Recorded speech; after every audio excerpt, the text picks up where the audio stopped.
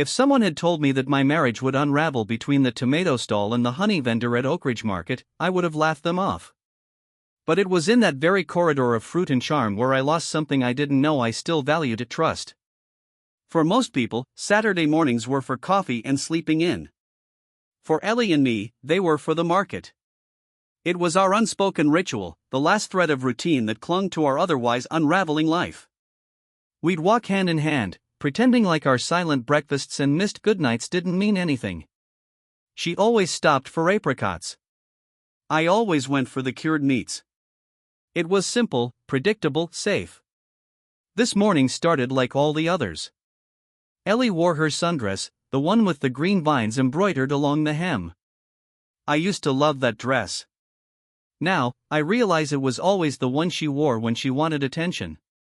"I'll go check the figs," she said with a smile that didn't quite reach her eyes. "You want to get the eggs?" "Sure," I said, not looking up from my phone.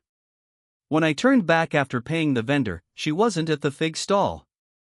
Instead, I caught a glimpse of her near the fresh herb section, actually laughing, with a man I didn't recognize.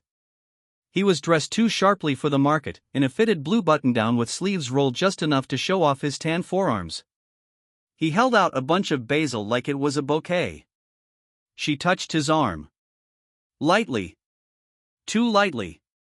Familiar. The worst part? She didn't see me watching. Later, in the car, she was quiet, humming some old tune as she stared out the window. I thought about asking who he was. But something inside me whispered, don't. Not yet. The next few weeks, the market routine stayed the same, at least on the surface. But I started to notice the changes. She wore lipstick to the market now. Not much, just a little color. And perfume, faint and citrusy, the kind she never wore for me anymore. The eggs didn't interest her anymore. But the fig stand was suddenly her favorite spot, even when the figs were out of season. One morning, I followed her. She had gone on ahead while I lingered at the coffee stall. I kept my distance, ducking behind vendors and fruit crates like some ridiculous spy. She reached the herb stall and there he was, the same man, still overdressed, still smug. I watched as he handed her something. Not produce. A card. She looked around, slipped it into her purse, and walked away without saying a word. That night, I found the card. It had his name, Mason. Sales representative for a gourmet food supplier. And on the back, a handwritten message in loopy cursive. Meet me Tuesday. 11 a.m. same spot. I didn't confront her. Not yet. I needed to be sure. I needed proof that I wasn't losing my mind. Tuesday, I took an early lunch and drove to the market. I parked across the street and waited. 11 came. 11:15. Then I saw her. She walked with purpose, checking her phone.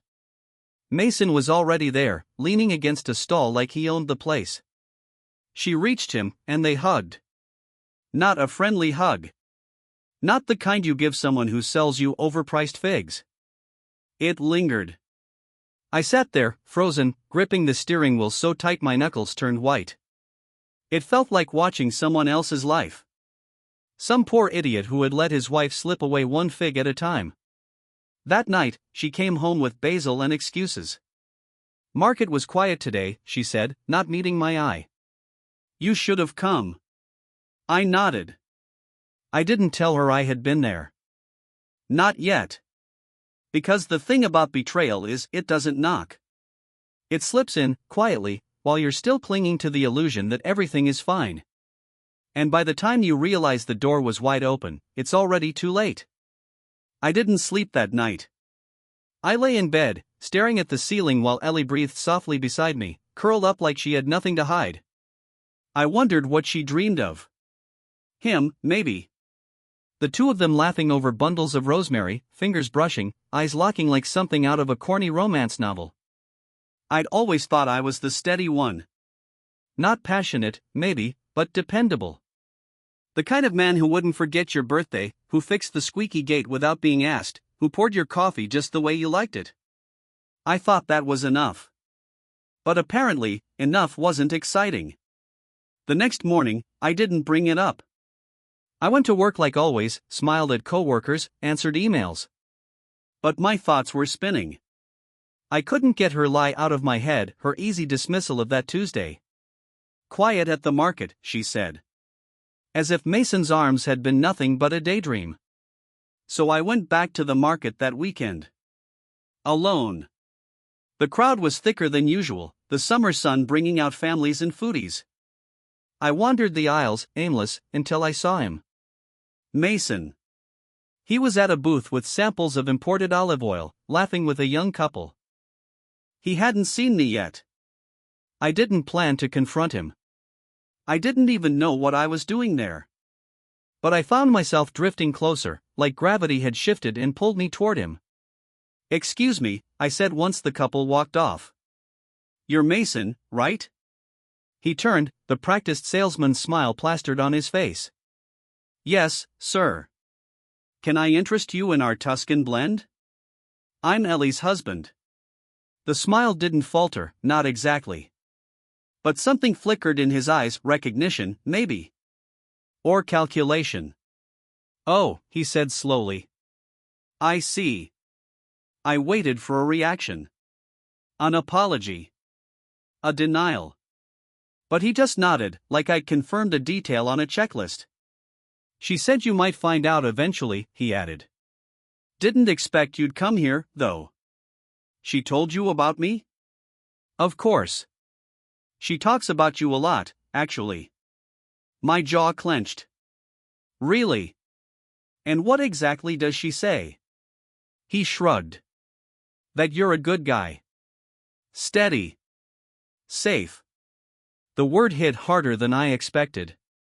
Safe. Like a seatbelt. Like oatmeal.